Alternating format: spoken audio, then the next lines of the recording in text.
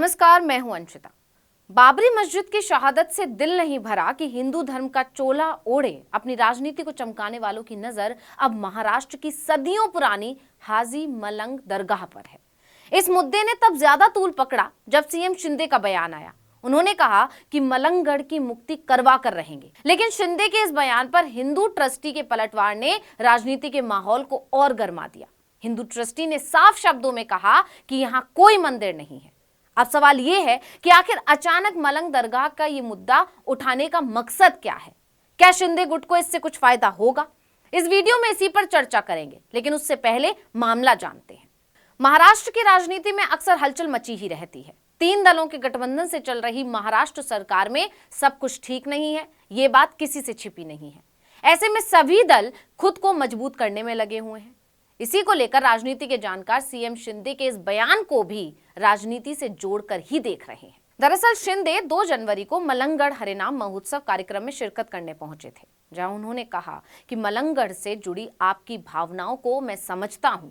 मलंगगढ़ की मुक्ति के इस आंदोलन की शुरुआत आनंद दिघे ने ही की थी। इसके बाद हमने जय मलंग श्री मलंग कहना शुरू किया था। कुछ बातें हैं जो सार्वजनिक तौर पर नहीं कही जा सकती हैं। मैं जानता हूं कि आपके दिल में मलंगगढ़ की मुक्ति को लेकर विश्वास है। मैं कहना चाहता हूं कि जब तक आपकी ये इच्छा पूरी नहीं हो जाती, एकनाथ शिंदे आराम से नहीं बैठेगा। शिंदे के इस बयान ने तहलका मचा दिया था। हिंदूवादी संगठन खुशी से झूम उठे थे, लेकिन शिंदे के इस बयान की चर्चा इसलिए ज्यादा हो रही है क्योंकि खुद शिंदे ने फरवरी 2023 में दरगाह का दौरा किया था। तब उन्होंने यहां आरती की थी और दरगाह के अंदर भगवा चादर चढ़ाई थी। लेकिन अब जब महाराष्ट्र विधानसभा चुनाव नजदीक आते ही उनके सुर बदल गए हैं, या कहें कि उन्होंने इस मुद्दे पर आक्रामकता बढ़ा दी है। लेकिन शिंदे के इस बयान पर हिंदू ट्रस्टियों के पलटवार ने हिंदूवादी संगठनों के सारे सपने तोड़ दिए और शिंदे समर्थकों की हवा निकाल दी। दरगाह के हिंदू ट्रस्टियों ने साफ कहा कि ये लोग सिर्फ अपने फायदे के लिए दोनों समुदायों के बीच झगड़ा करवाना चाहते हैं, मनमुटाव पैदा करना चाहते हैं। हिंदू ट्रस्टियों का आरोप है कि इस विवाद को तूल सिर्फ राजनीतिक लाभ उठाने के लिए ही दिया जा रहा है। बता दें कि दरगाह के 3 सदस्यीय ट्रस्ट के 2 ट्रस्टियों में से एक चंद्रहास केतकर ने कहा कि जो कोई भी दरगाह के मंदिर होने का दावा कर रहा है, वो ऐसा राजनीतिक लाभ के लिए कर रहा है। बता दें कि केतकर का परिवार पिछली 14 पीढ़ियों से दरगाह का प्रबंधन कर रहा है। उन्होंने कहा कि 1954 में सुप्रीम कोर्ट ने केतकर परिवार के अंदर दरगाह के नियंत्रण से संबंधित एक मामले में टिप्पणी की थी कि दरगाह एक मिश्रित संरचना है, जिसे हिंदू या मुस्लिम कानून से शासित नहीं किया जा सकता है, बल्कि केवल इसके अपने विशेष रीति रिवाजों या ट्रस्ट के सामान्य कानून के जरिए ही शासन कर सकते हैं। उन्होंने आगे कहा कि राजनेता अब इस विवाद को सिर्फ अपने वोट बैंक को आकर्षित करने और एक राजनीतिक मुद्दा खड़ा करने के लिए उछाल रहे हैं। और क्या वाकई इन आरोपों में कोई सच्चाई है?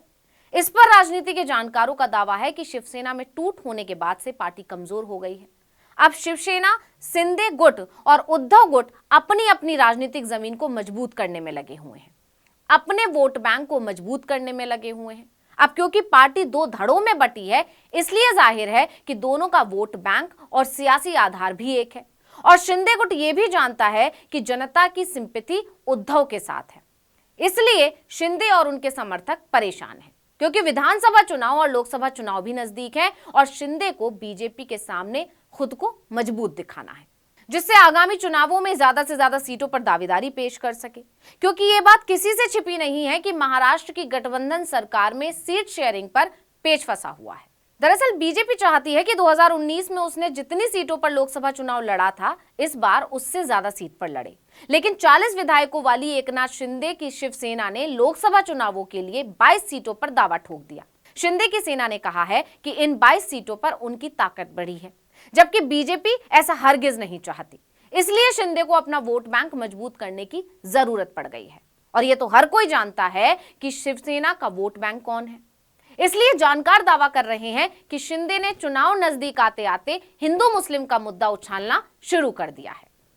चलिए अब थोड़ा सा इस दरगाह के बारे में भी जान लेते हैं। तो थाने जिले में माथेरान पहाड़ी श्रृंखला पर समुद्र तल से 3000 फीट ऊपर एक पहाड़ी किले मलंगड़ के सबसे निचले पठार पर स्थित इस दरगाह में यमन के 12वीं शताब्दी के सूफी संत हाजी अब्द उल रहमान की मजार है। इसको लेकर दो तरह के दावे किए जा रहे हैं। मुस्लिम समुदाय का दावा है कि यह जगह एक मजार है, वहीं हिंदू समुदाय का दावा है कि इस जगह पर मंदिर है। दावा यह है कि यहाँ नाथ संप्रदाय के 2 हिंदू संतों की समाधियां हैं, जिसमें एक समाधि मलंग बाबा मछेंद्रनाथ और दूसरी समाधि बाबा गोरखनाथ की है। आज की मौजूदा स्थिति यह है कि इस धार्मिक स्थल को पूरी तरह से दरगाह के रंग में रंग दिया गया है। बता दें कि इससे पहले यह मुद्दा 1980 के करीब उठ चुका है। तब शिवसेना नेता आनंद दिघे ने यह मुद्दा उठाया था, जिनका जिक्र भी शिंदे ने अपने बयान में किया। दिघे ने उस समय दावा किया था कि असल में ये 700 साल पुराना मछेंद्रनाथ मंदिर है। हालांकि 1990 के दशक में सत्ता में आने पर इस मुद्दे को शिवसेना ने ठंडे बस्ते में डाल दिया था, लेकिन अब शिंदे ने इस मुद्दे को फिर से उठाने का फैसला किया है और उनके बयान से ही दरगाह को लेकर विवाद गहराने वाला है, या कहें कि गहरा चुका है। हालांकि इस दरगाह के आसपास रहने वाले लोगों के ऊपर इस बात से ज्यादा फर्क नहीं पड़ता है कि यहाँ मंदिर है कि यहाँ मस्जिद है। इसलिए जानकारों का और खुद हिंदू ट्रस्टी का दावा है कि ये सब सिर्फ इन राजनीतिक दलों का बुना हुआ जाल है और इस मुद्दे को ये आने वाले चुनावों में भुनाना चाहते हैं। वहीं कुछ लोगों का कहना है कि ज्ञानवापी और शाही ईदगाह के बाद अब इन लोगों की नजर नई दरगाह पर है। खैर, वजह जो भी हो, देखना होगा कि शिंदे को इससे कोई फायदा होगा भी या नहीं। तो इस वीडियो में इतना ही। आपसे अनुरोध है, यूट्यूब पर हमारे चैनल आर्टिकल 19 इंडिया को सब्सक्राइब कीजिए, फेसबुक पर लाइक कीजिए, कमेंट करके बताइए आपको हमारा ये वीडियो कैसा लगा। आने वाले दिनों में हम और किन मुद्दों पर वीडियो बनाएं ये भी जरूर बताइएगा। ट्विटर हैंडल है आर्टिकल 19_इंडिया, इसे भी फॉलो कर लीजिए। नमस्कार। जी भूमिका आपण घेतली आहे ती जाहीर भूमिका आपण घेतलेली आहे, त्यामुळे त्याच्यात कुठली तडजोड नाही। मलंगडाच्या बाबतीत देखील भावना आपल्या सगळ्यांच्या मला माहित आहे। या मलंगडामध्ये धर्मवीर आनंद दिघे साहेबांनी मलंगड मुक्तीचं आंदोलन सुरू केलं आणि आता जय मलंग श्री मलंग आपण म्हणू लागलो। हा त्याचाही आनंद आपल्याला आहे आणि म्हणून मी आपल्याला एवढंच सांगतो, काही गोष्टी आपण जाहीरपणे बोलू शकत नाही, पण आपल्या मनातल्या भावना मलंगड मुक्तीच्या बद्दल आहेत त्या पूर्ण केल्याशिवाय हा एकनाथ शिंदे स्वस्थ बसणार नाही।